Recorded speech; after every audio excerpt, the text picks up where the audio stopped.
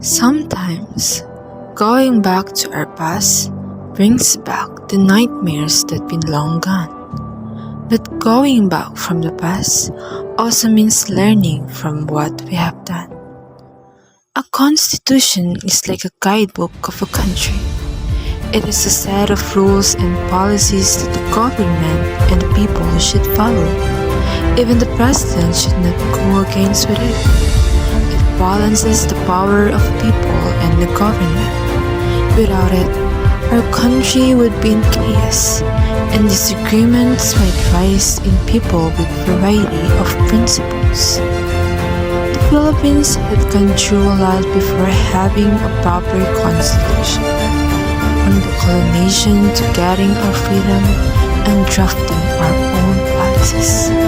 So let's look back to the history of our constitution.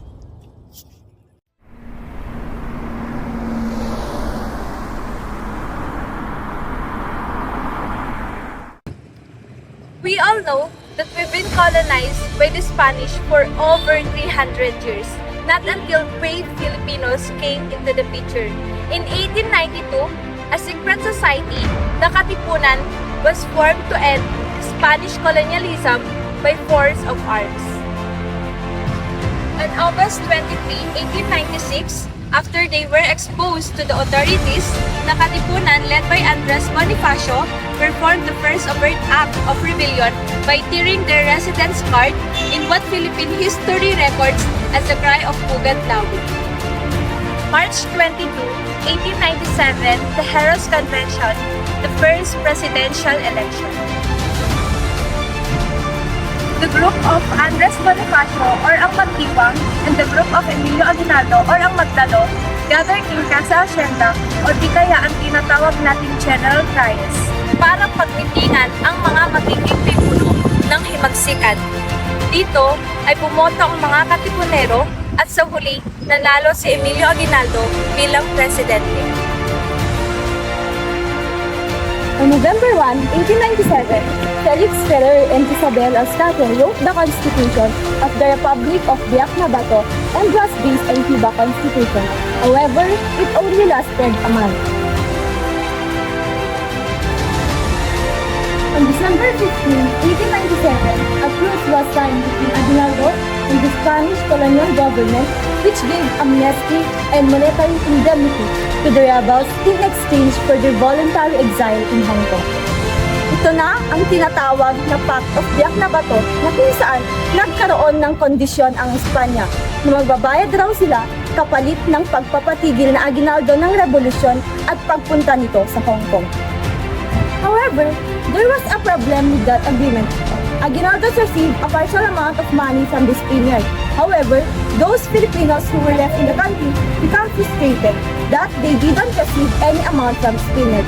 That's why Filipinos didn't also keep that agreement and revolution continues. On April 21, 1898, US declared a war against Spain. And on May 1, 1898, Spain was defeated by the Americans in the Battle of Manila Bay. Dito, pinauwi si Aguinaldo sa Pilipinas kung saan ipinagpatuloy niya ang planong revolusyon laban sa Espanya at sa tulong na rin ng mga Amerikano. After that, Aguinaldo declared the Philippine independence from Spain in June 12, 1898 at Cavite, Cavite.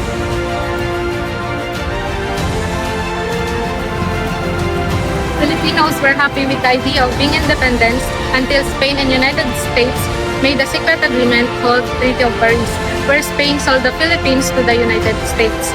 In response, Aguinaldo issued a decree to form the Malolos Congress, a committee tasked with the creating constitution. The Malolos Constitution, also known as the 1899 Constitution, was the first Philippine Republic and the first Republican Constitution in Asia. Here are the prominent aspects. First, popular representative government. Second, unicameral legislature. It means there is only one legislature. Third, separation of the church and the states. 4, Bill of Rights. And lastly, basic education. The problem is it was not fully implemented because of the Philippine-American War happened where Filipinos lost in the battle, leading for the second colonization of the country.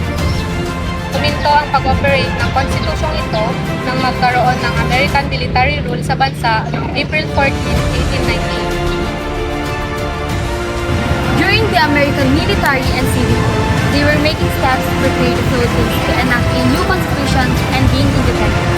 So the Philippine Organic Act of 1902 was implemented, or the Cooper Act, named after its author, Henry Allen Cooper.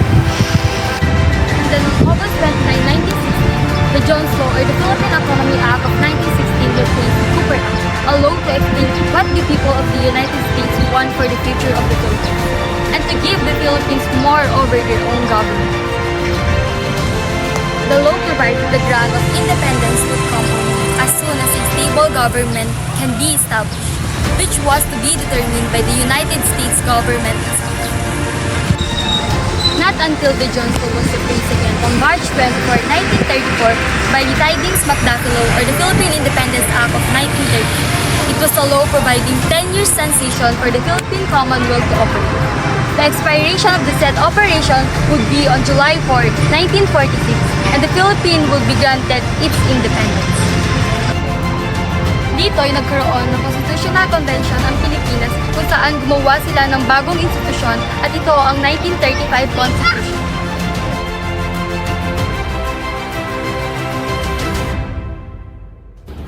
The 1935 Constitution provides legal basis of common of government to the transition government before granting the Philippine independence. Prominent aspects.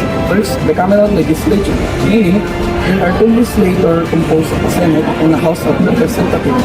Second, 4 years term for President and Vice President with the rights to be re-elected. And thus, rights of suffrage or the rights of people to vote. It was the first constitution that was fully implemented but was heavily influenced by the U.S. Constitution. Did you know the 1935 Constitution was interrupted when we are colonized again by the Japanese? Dito nangyari ang World War II kung saan nagkaroon ng 1943 Constitution, ngunit ito epektibo lamang sa mga nasasakupang lugar ng mga Japanese. Kaya ito'y nasa walang pasala na lamang ng Amerika at Pilipinas. Hindi rin ito nagtagal sapagkat naibalik ulit ang 1935 Constitution. On July 4, 1946, American finally gave us our independence that was said in the Tidings McDuffie Law.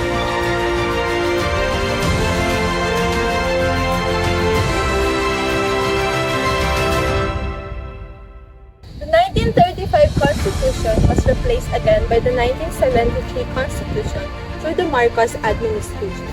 Ferdinand Marcos was elected on 1965 and was re-elected on 1969. Dito ay nagkaroon na ng plano si Marcos upang baguhin ang konstitusyon. Kaya nagkaroon ng Constitutional Convention noong 1971. Pero bago matapos ang pangalawang termino ni Marcos, ay nagpatupad siya ng martial law through the Proclamation No. 108 because of the Philippine Communist that time. The 1973 Constitution was ratified by the Viva Voce policy, or voting of people by showing them.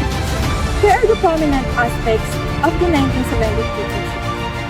First, it is a parliamentary government, meaning it was led by the President and the Prime Minister.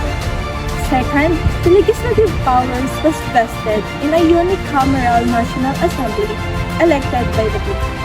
And third, it also legalized all the decrees of proclamations and orders of the President. The 1973 Constitution underwent several amendments, but the most controversial changes came in 1976. Here are the key amendments from that year. First, the National Assembly was replaced by the interim Batasang Pambansa.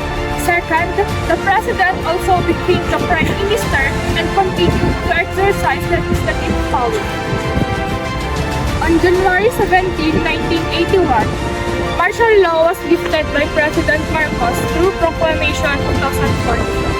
However, 2 years later, a controversial turning point happened again in our history.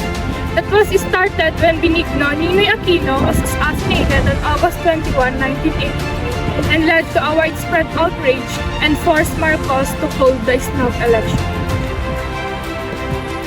The results were so controversial that they led to a historic uprising known as the EDSA Revolution. During this revolution, Marcos and his family went into exile, and Cory Aquino became the president. Upon taking office, Aquino immediately abolished the 1973 Constitution and replaced it with 1986 Constitution, also known as the Freedom Constitution.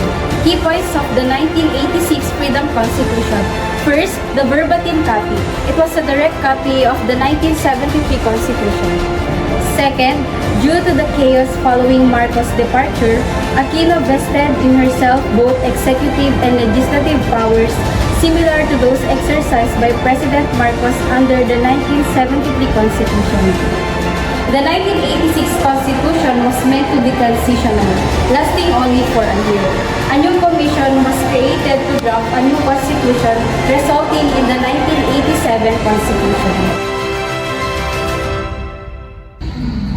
1987 Philippine Constitution. This is our present constitution that holds the country's highest law, balancing the power of the people and the government. These are the themes of the 1987 Philippine Constitution. First, uphold national sovereignty. It emphasizes the country's independence and self-governance. Second, democratic government. Promotes a democratic system of governance. Third, respect for human rights and civil liberties. Ensures a protection for every individual rights and freedom. And the last one, promotion of social justice. It aims to advance social justice and equality. The economic policies under 1935 Constitution were still in place under 1987 Constitution, but some restriction became even stricter. The 1987 Constitution outlined three main governmental powers: the executive, legislative, and judicial power. First one is the executive power. When we say executive power, it is vested from the President of the Philippines, who acts as the head of the state and the government. The second one is the legislative power, which is divided into two houses, the Senate and the House of Representatives. And the last one is the judicial power. It is vested in the Supreme Courts and lower courts, where they interpret laws and administer justice.